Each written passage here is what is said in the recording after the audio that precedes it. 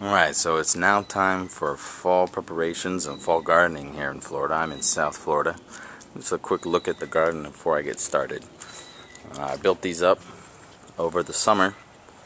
There's a bunch of wood at the bottom, stumps from avocado tree that was cut down, a bunch of loose things from oak trees neighbors had, and then also some leaves and whatever that was being thrown away by neighbors. So this is kind of what I'm dealing with. I've dug down low again. This is my third season I'm preparing for, and different things going on here. I built these two. These both have the wood in the bottom. It's kind of being modeled off of hugelkultur. You can look that up.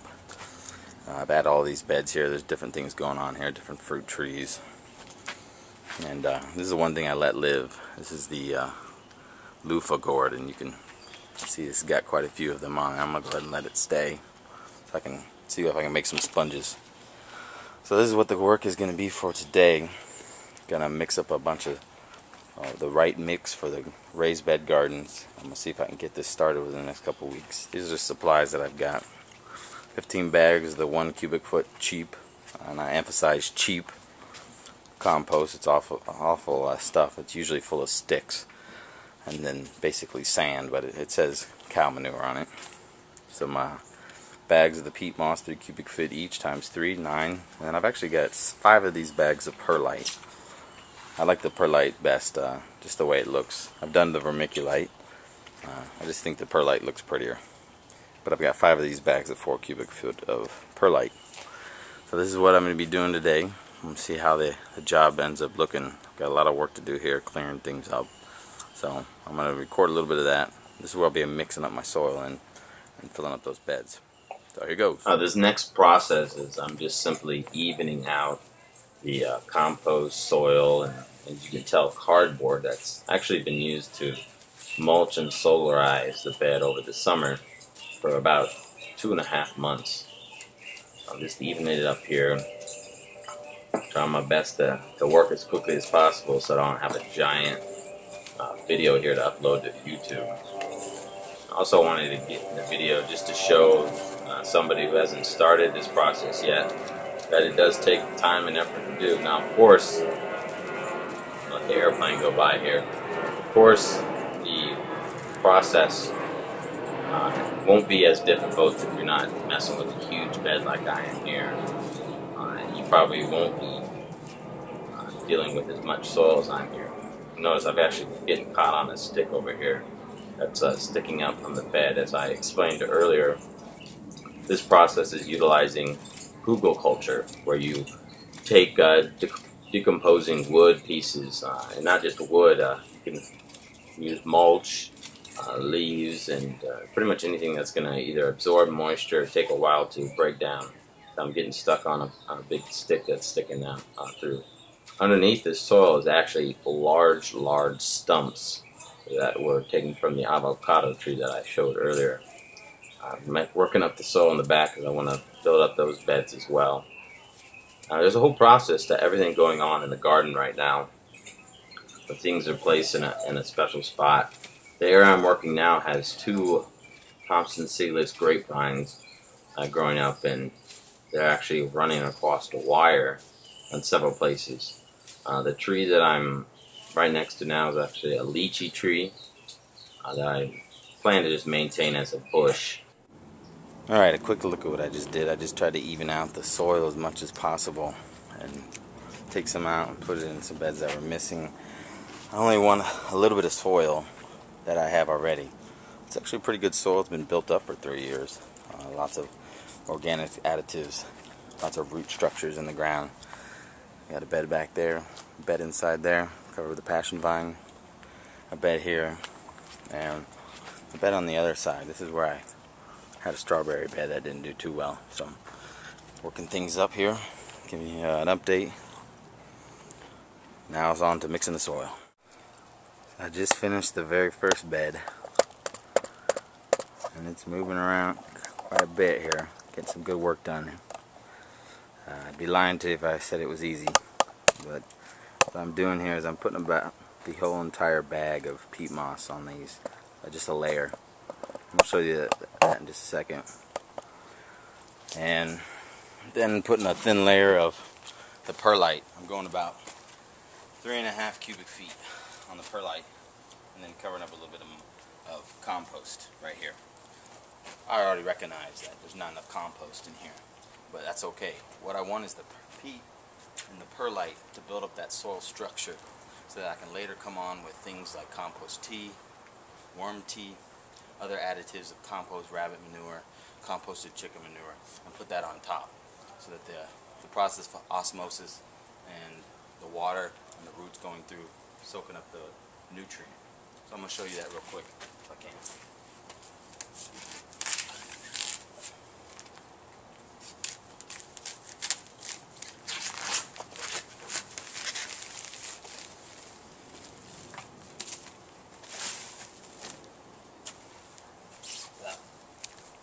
Without trying to waste as much what I got here.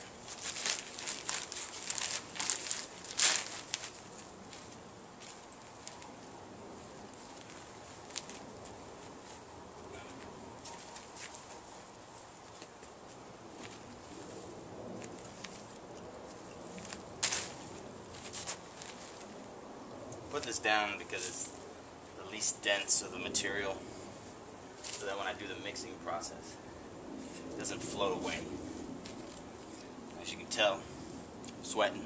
It's still 90 degrees out here in Miami, so this is all preparation for a little bit cooler weather.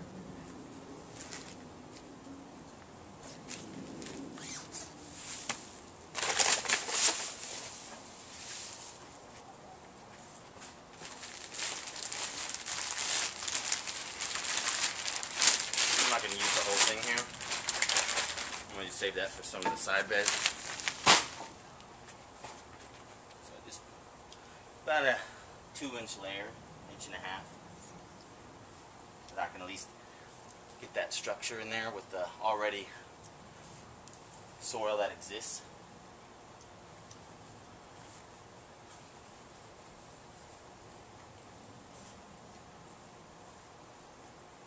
Break up all the clumps.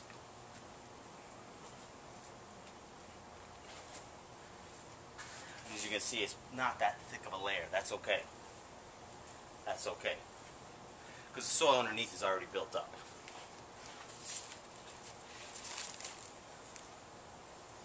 Okay, got that?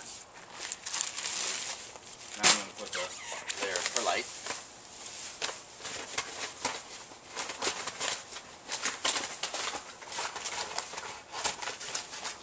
You gotta be careful anytime you open a bag of perlite. Just notice the cloud. So, some kind of respiratory protection will probably be needed. Me? Just gonna hold my breath.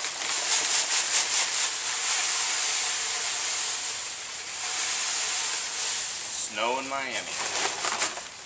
Set to the side, save it for later. Start spreading it out.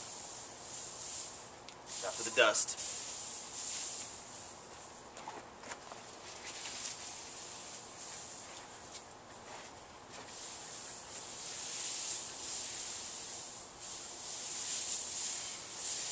Spreads out nicely. I'm not going to mix it at this point. I'm going to put the most dense material.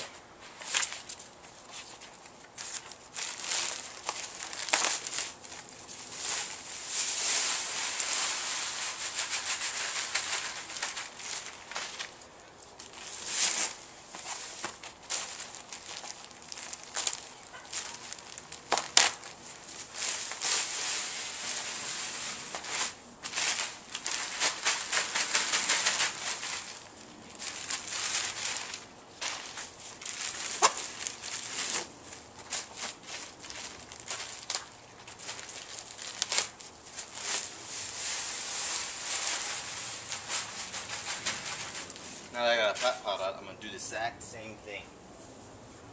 Mix it out. Thin layer. Again, this is not a new bed, so to speak. It doesn't have fresh soil that hasn't had microorganisms in it.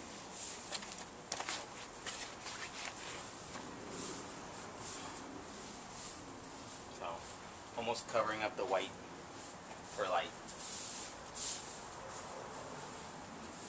Not mixing yet. When I got spread out nice and good, now I'm going to start working it in. This is the dirty process. Working it. I'm actually trying to get down below the peat. Work it up. Now this won't even mix it up as much as I want it. But I'm going to have plenty of worms in here to do the job for me.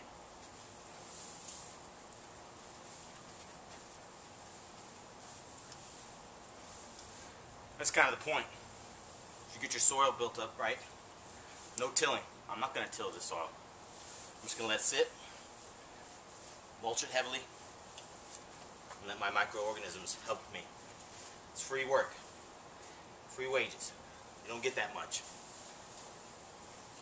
If you set the right setup down when you start, you won't have to do this at the beginning of the season. Unless, of course, you're changing everything. I'm mixing up nice and good. Now I'm going to keep repeating this process all the way through.